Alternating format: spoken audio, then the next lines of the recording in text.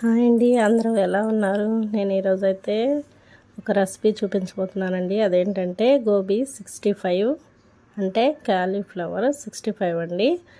అలాగా చిన్న ముక్కలుగా కట్ చేసుకోవాలి. ఫస్ట్ కొన్ని నీళ్ళు తీసుకొని స్టవ్ మీద పెట్టుకొని వేడి చేసుకోవాలి. అందులో కొంచెం ఉప్పు వేసుకోవాలి. ఇలాగ కొంచెం మరిగిన తర్వాత మనం కట్ చేసి పెట్టుకున్న ముక్కలు అందులో వేసుకోవాలండి. కాలీఫ్లవర్ మీద ఏదైనా డస్ట్ ఉన్నా పురుగులు ఉన్నా అలాగా వేడి నీళ్ళల్లో పోతాయండి. ఫ్రెష్గా అలాగ తీసేసుకోవాలి. ఎక్కువసేపు ఉంచకూడదు. ఎక్కువసేపు ఉంచితే అవి కొంచెం ఉడికినట్టుగా అలా అవుతాయండి. అలా కాకూడదు. ఫస్ట్ దీనిలోకి 1 కప్పు బియ్యం పిండి, గిన్నెలోకి అండ్ 1 కప్పు మైదా పిండి,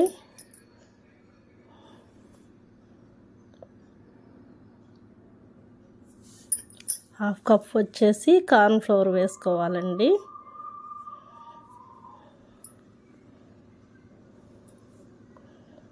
అలాగే ఇందులోకి కొద్దిగా అల్లం పేస్ట్,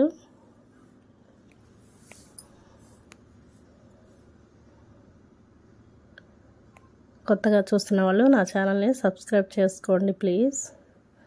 అలాగే తగినంత సాల్టు, పక్కనే ఉన్న బెల్ సింబల్ని కూడా ప్రెస్ చేయండి. నా వీడియోస్ మీకు నోటిఫికేషన్ రూపంలో వస్తాయి. కొద్దిగా కారం వేసుకోండి.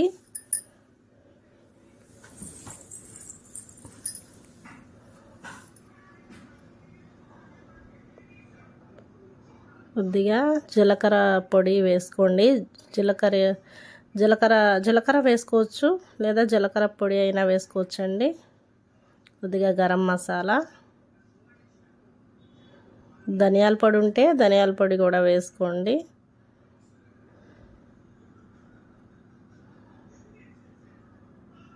కొద్దిగా ఫుడ్ కలర్ వేసానండి.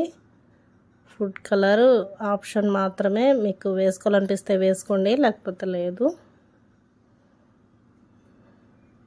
అలాగే వంట సోడా అంటారు కదండి, అది కొద్దిగా వేసుకోండి. ఇది మొత్తం కలిపేసుకోవాలండి బాగా.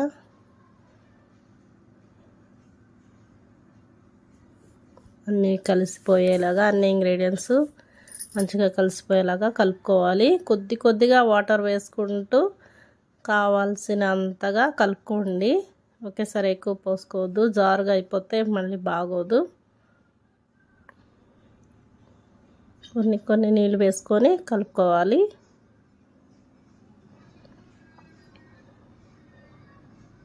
మరీ లూజ్గా ఉండకూడదు, మరీ చిక్కగా ఉండకూడదండి. మీడియంగా ఉండాలి. మీడియంగా చేసుకోండి. చూడండి, ఇదిగో ఇలా ఉండాలి. శుభ్రంగా కలిపేసుకోండి బాగా నీట్గా అన్నీ కలిసేలాగా. ఇప్పుడు మనం వేడినీళ్ళలోంచి తీసి పెట్టుకున్నాం కదండి, ఇవి అందులో వేసుకొని లైట్గా ఇలా కలుపుకోవాలి. మరి ఇలాగ బాగా కలిపేసినట్టు చేస్తే ముక్కలు విరిగిపోతాయి. పైన కలుపుకోండి.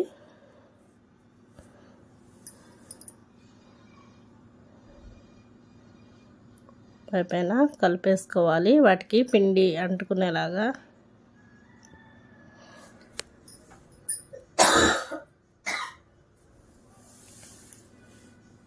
ఇలా కలుపుకొని పెట్టుకోవాలండి.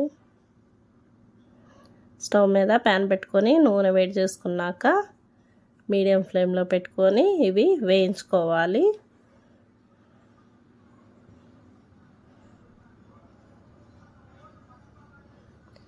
ఇవి కొంచెం హాఫ్ వేగిన తర్వాత మాత్రమే కదిలించండి. వేగానే ఇట్లా కదిలించొద్దు.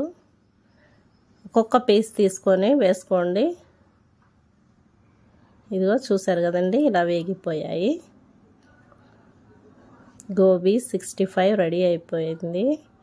ఇందులోనే లాస్ట్ వాయిలో పచ్చిమిర్చి కరివేపాకు వేసుకొని వేయించేసుకొని ఇలా ప్లేట్లోకి తీసేసుకోండి. చూసారు కదా ఎంత బాగుంది, చక్కగా ఉంది. టేస్ట్ కూడా చాలా బాగుంటుందండి.